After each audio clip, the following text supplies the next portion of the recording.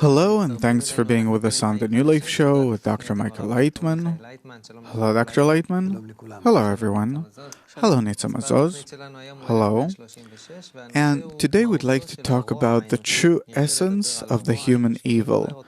We'd like to find out what exactly is it in order to make our life better. Be with us. Nitza, please. When I was a young girl, and they used to show movies on TV, the movies were still black and white, and these were foreign movies with subtitles in Hebrew. And I remember that from the very first moment they started showing these movies, what interested me was to find out who are the good guys and who are the bad guys, and to make sure that at the end the good guys will win and the bad guys will lose. And if I couldn't find out who's who, I'd always ask my father, wait a second, he's a good guy or a bad guy? I always wanted to categorize it. And it was really interesting. Now, when we look at the concept of evil and the definition given to it by psychology, by different religions and so on, it's a pretty heavy concept. And usually it's related to some kind of negative thinking, negative action, some action that wants to harm someone else, sometimes a real desire to destroy someone, and so on. So we'd like to find out what exactly is evil. According to the wisdom of Kabbalah, what is evil? A thought which is entirely directed to one's own benefit, and if so, it is directed to the detriment of others. Because we live in a society where we're all interconnected. And if I'm thinking to my own benefit, then for sure it's at the expense of others. Therefore, evil isn't about what do I cause and how I cause it to others, but it's about the extent to which I think about myself, about my own benefit. So this is the definition of the wisdom of Kabbalah, that evil is a result of a person thinking about himself and not thinking about others, and this is considered evil. Now, we see that when we're talking about evil in our world, we see that sometimes there is a certain intention to harm others. It's something malicious. What is this desire that exists in man to make others suffer?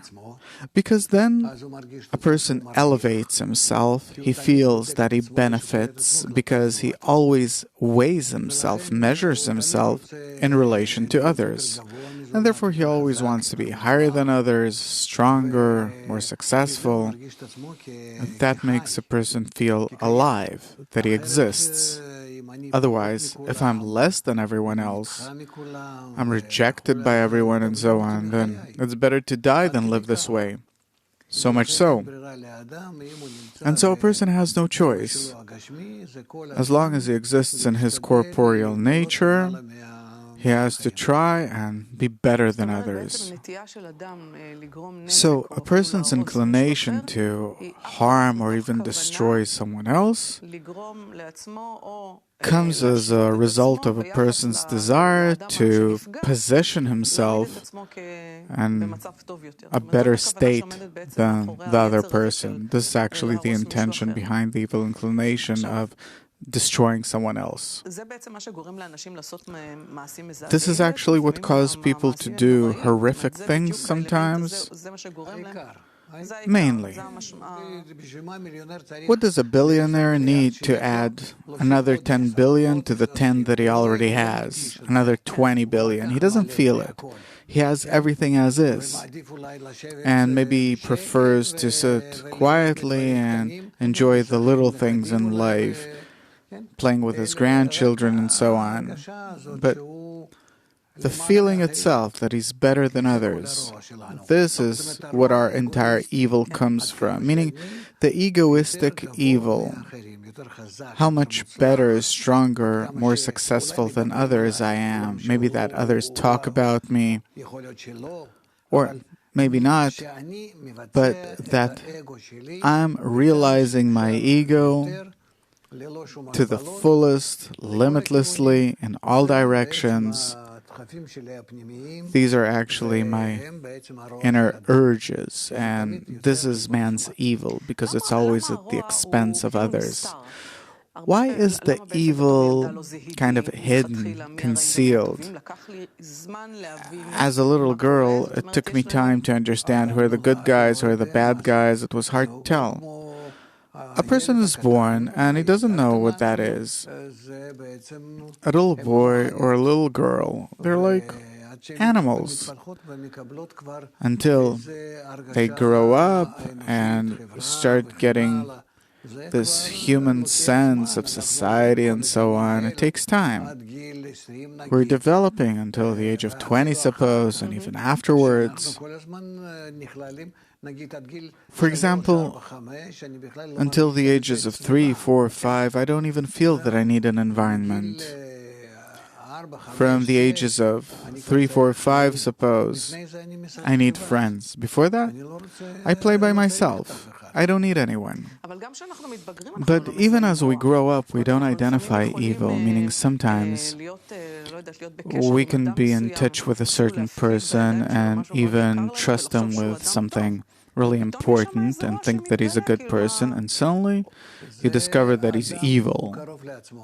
A person's close to himself, and usually he either suspects or doesn't suspect others. It depends on how he was brought up and also how he is by nature, how he developed and so on. But it really depends on a person's character. I don't even know how to relate it to a person's character, but to the degree of the development of a person's ego. If a person has a very strong ego and also a very developed one, then by his efforts a person can become one of the leaders of the nation, be in government and so on. And if his ego is developed, but not in the direction of getting along with other people and using them, then he can be a mobster or something, that he does this forcefully, and so on and so forth. Meaning, depends. There are several inclinations in a person that have to join together, meaning to use his big ego, and in what way, and what exactly is the character of the ego that he feels. It depends on a person's education. Maybe he was brought up to be really smart, and by being smart, he'll use his ego correctly. People will think about me, will bow to me, will talk about me, and so on. And it could be the other way around. That from the society that he was brought up or lives in, the impression that he got was that he has to use his ego in order to control others, and the cruder the better, like this strong macho or something, and so on and so forth. Meaning, one way or another, if he uses his ego, then it's the force of his evil. The question is it always so? Suppose I want to be a good doctor. So maybe it's okay. I benefit everyone and so on, but what am I doing? I want to make money. Yes, I want for people to talk about me. Maybe I don't even want for people to give me money or for them to talk about me, but that they'll feel that they're dependent on me, that they'll bow to me and so on. That's also called evil? That's a question. That's what I wanted to bring up. According to the wisdom of Kabbalah, of course it is. Because I use it in order to receive pleasure eventually. Who's the one getting the pleasure? May everyone receive pleasure, but in order to give me pleasure, that I'll receive pleasure from them bowing to me, appreciating me, talking about me, and so on. I'm willing to pay money for it. I'm willing to be righteous and not to receive anything, but still they have to pay me by talking about me, thinking about me, and so on. So it's all about to the benefit of whom is it? So, if to add this to what you said before in terms of the wisdom of Kabbalah, evil is if my desire is to delight myself, and by this I use other people in some way, even if I'm not doing it in an aggressive way. But I want for others to appreciate me. That's also exploitation. Yes. And that I think about my own pleasure, not about the pleasure of others, then this is actually the definition of ego. And the ego is evil. The ego is evil. Why? Maybe I'm doing good to everyone, but still, it's because of my own benefit. My own benefit, this is what determines. Therefore, if I wouldn't get anything out of it, I wouldn't do anything good. Meaning, where's my intention? What is the reason that pushes me to do things, even good things, to others? It's interesting. There is, suppose, a malicious intention. You know, did you hurt someone intentionally or unintentionally? So the wisdom of Kabbalah takes it another step forward. So it's not only about did you plan to harm someone or you did it unintentionally. No, that I use others, even if it's in a good, nice way, but I use the other to my own benefit in order to feel pride. I gave you exactly what you wanted, I don't know what, I helped you in your life and everything and so on. Why? In order to feel good, that I did something good for someone, and I enjoy it. So, according to the wisdom of Kabbalah, still, it's considered evil. Why? What's bad about receiving pleasure? Why? Because I used my ego, and my ego pushed me to do good things. Excellent. Everyone's enjoying it. Everyone's enjoying it, but what motivates me? My ego? Meaning, were it not for my ego, I wouldn't do good to others. Right, but a person has nothing besides his ego. Someone has an ego that wants to kill others, that wants to destroy, and someone else wants to help others by his ego, like a doctor. You're 100% right. I wish everyone would be that way, that they do good things for each other, because people will talk about them favorably and give them medals and so on. However, according to the wisdom of Kabbalah, there's another level of why are you doing it? And what are the options? Are there different options? The alternative is that I want to do good things in the world, not because my ego pushes me to. Why then? Because I want for the world to benefit, to be well off. What's the difference? The difference is it self-love or love of others? Can you explain a bit? If I love myself, then I do it in order for me to feel good, because I'm thinking about doing good to others. But what's the motive? What's the starting point? That this is what I think and want. So eventually, by this, I benefit myself. Only that in this case, my own well-being and the well-being of others are consistent. Whereas, if I do it not because it's good for me, but only because it's good for others, that I detach from myself, and I feel only the others, and I act without taking myself into consideration at all, but only what's to their benefit, then here it's really an act of bestowal and a good action. Only here can you say that I'm disconnected from my evil.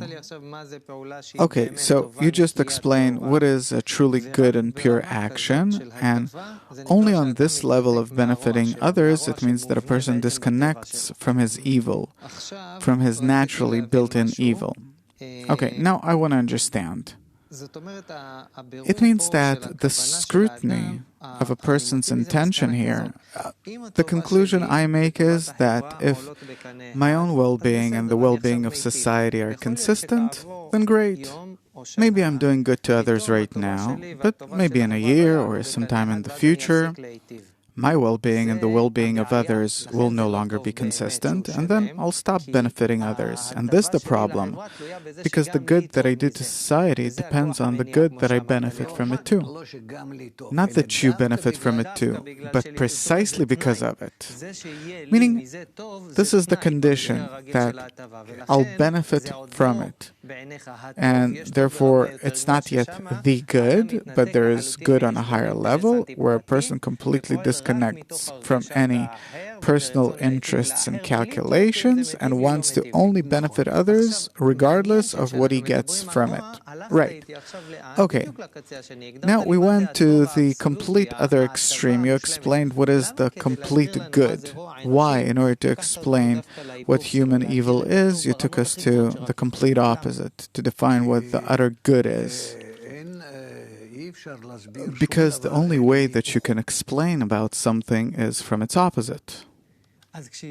So when you just explained what the essence of the good is, and I actually wanted to understand what is the essence of the evil, then okay, let's go back to the evil for a moment after we understood what the essence of good is. What is the essence of evil then? The desire, man's desire to receive, man's ego, his thought about himself, the calculations that he makes to his own benefit that subconsciously operates in all of us. Okay, at first, like you said, that man's ego pushes him to be more than everyone, and therefore he wants to harm others. Why does he do it? Because by that he elevates himself, and then when you measure who's more near him, I'm higher. There are many states where we see that a person harms other people, and we don't see that it elevates him in any way, makes him greater. Suppose a person abuses children. He's not in competition with them. It's not like my business enemy that I want to destroy. We look at a person and we don't understand why does he want to abuse children. There are many different kinds of abuse, pedophilia and others. What's the motivation? There, you're not competing with anyone else. It's that person's ego, the ego in and of itself. It can't stand that as if there's something above it. So what is there that's above that person or the ego? It's not that it's other people. And it's not, maybe it's the responsibility that he feels towards them. No, not at all. He doesn't care about that.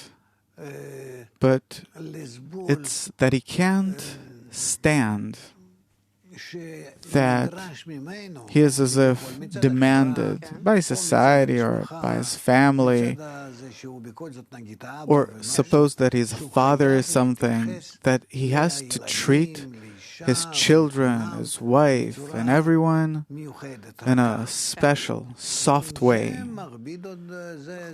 It limits him, it burdens him, and so on. And this is what pushes him. So, if we compare bad behavior towards someone who is equal to me and someone who's helpless, which in the eyes of society is much worse, when you do evil to helpless people, children or old people, is there a difference? There are so many differences that it's really amazing that when you start talking about this, there are so many aspects to it and degrees. Yeah. So, what do? From your perspective, is there a difference between harming the helpless and I divide it according to how the wisdom of Kabbalah divides it? So, there are different levels to how evil a person is. So, it's according to his recognition, his awareness of his ego. Maybe he's not aware of it. Maybe he's a bit more developed and he's already aware of his ego. And then, because he's aware of his ego, then maybe he wants to rise above it, and maybe he doesn't want to rise above it. So, this is how I am, and so on. Then here comes the wisdom of Kabbalah that explains to him that it's better for you to rise above your ego, because the more you rise above yourself, the more you start feeling the upper world, the creator, the general system that controls everything. Otherwise, you only feel the system that behaves as if according to your ego, which isn't the truth, and you only see a very limited, restricted form of reality called this world.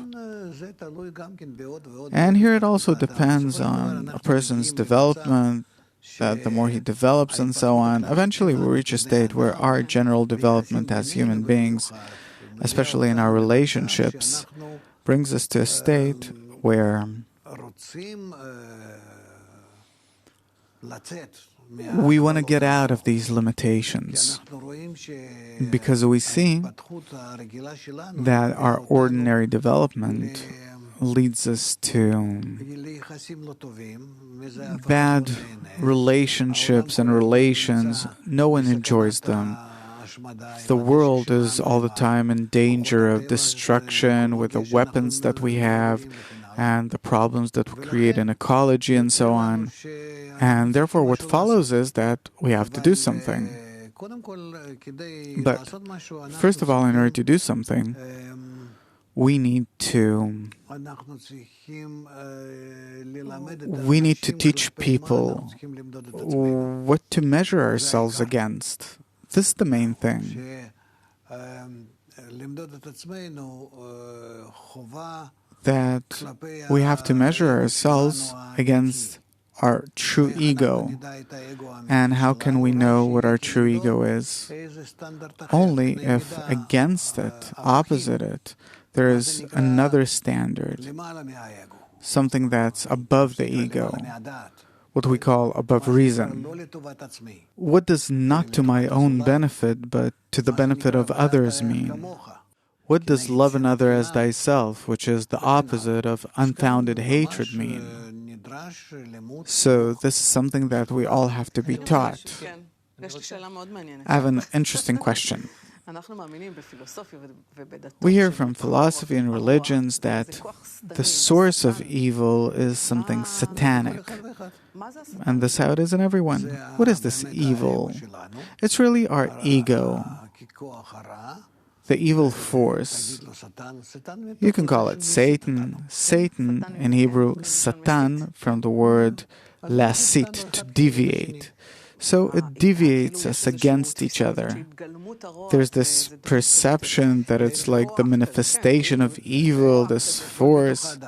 Everything's inside the person.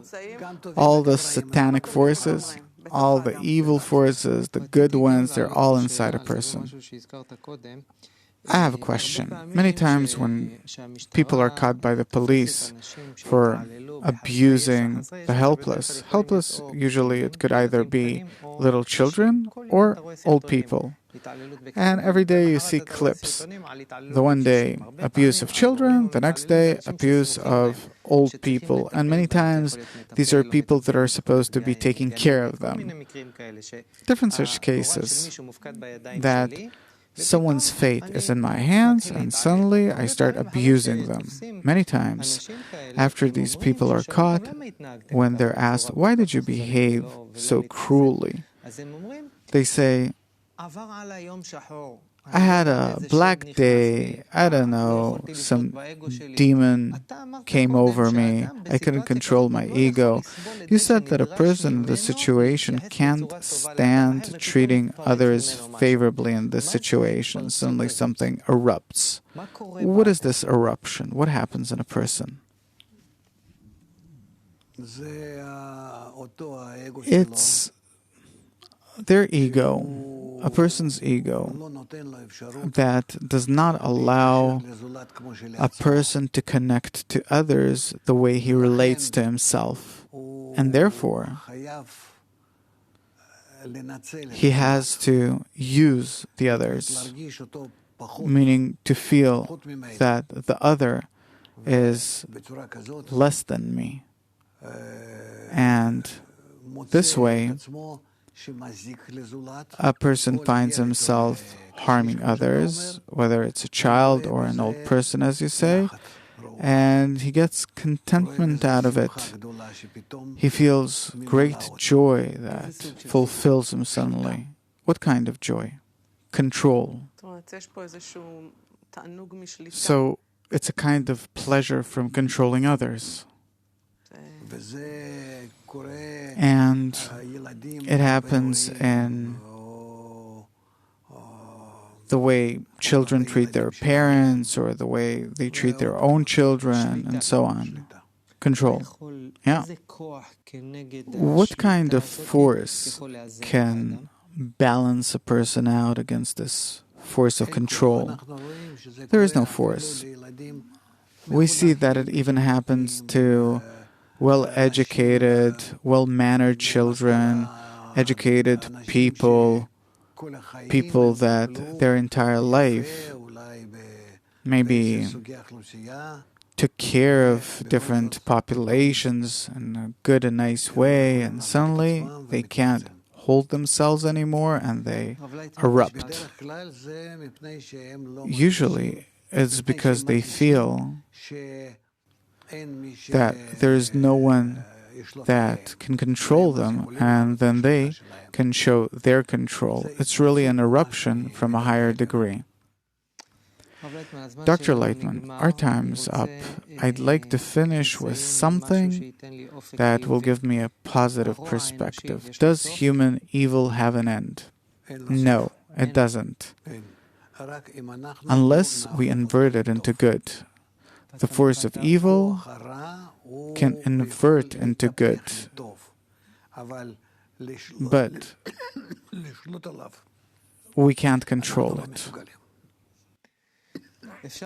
We can invert it into good. That's encouraging. Dr. Laitman, thank you very much. Thank you, Nitsa. Thank you for being with us. Till next time, all the best.